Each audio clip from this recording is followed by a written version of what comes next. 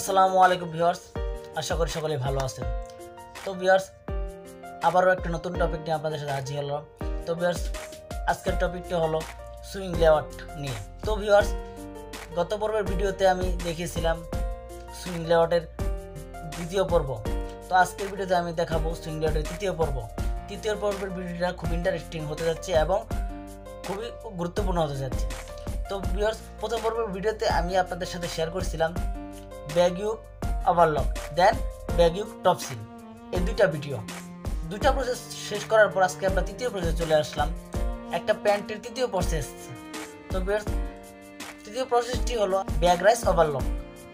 তো বন্ধুরা, আজকের ভিডিওতে আমি আপনাদের সাথে শেয়ার করব কিভাবে ব্যাক রাইস ওভারলক করা হয়, দেন একজন অপারেটরের কাজ কি, একজন মেকানিক্যালের কাজ কি, দেন একজন কোয়ালিটি কন্ট্রোলারের কাজ কি।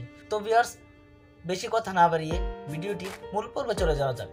মূল পর্বে যাওয়ার পূর্বে একটা কথা না বললে নয়, আপনি যদি আমার চ্যানেল নতুন দর্শক হয়ে থাকেন, প্লিজ আমার চ্যানেলটিকে সাবস্ক্রাইব করবেন এবং পাশে থাকা বেল আইকনটি বাজিয়ে দেবেন যেন পরবর্তী ভিডিও নোটিফিকেশন সবার আগে পেতে পারেন।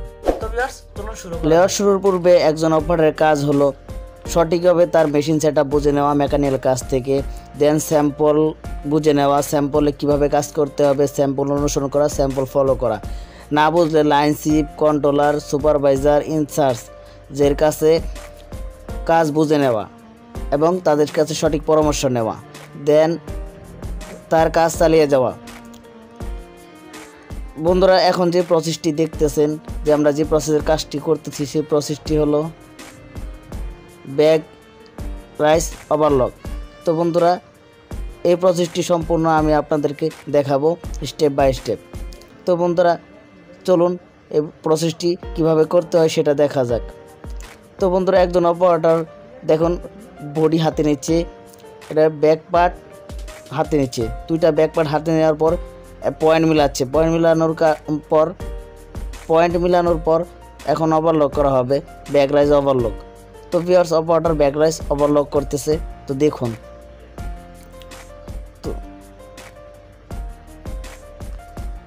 তো ব্যাক রাইস ওভারলক হইতেছে, আপনারা দেখে নেন। তো ভিউয়ার্স, এর ফাঁকে আমি একজন কন্ট্রোলারের দায়িত্বটা বলে নিই। কন্ট্রোলারের দায়িত্ব হলো সুতা ঠিক আছে কিনা, স্যাম্পল বা ট্রিম কার্ডে যে সুতা দেওয়া আছে সেই সুতা অনুযায়ী কাজ হচ্ছে কিনা বা সেই সুতা দিয়ে কাজ হচ্ছে কিনা সেটা মনিটরিং করা এবং স্যাম্পলের সাথে সব কিছু ঠিক আছে কিনা মিলিয়ে নেওয়া, স্টাইলিং মিলিয়ে নেওয়া।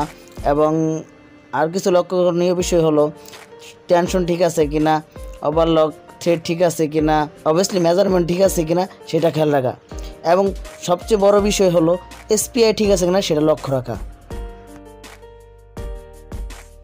আজকের ভিডিওটি এই পর্যন্তই।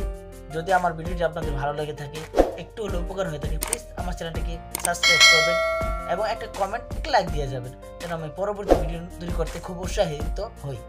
তো ভিউয়ার্স, অবশেষে সকলে সুস্বাস্থ্য কামনা করে আজকের ভিডিওটি এই পর্যন্তই। আল্লাহ হাফেজ।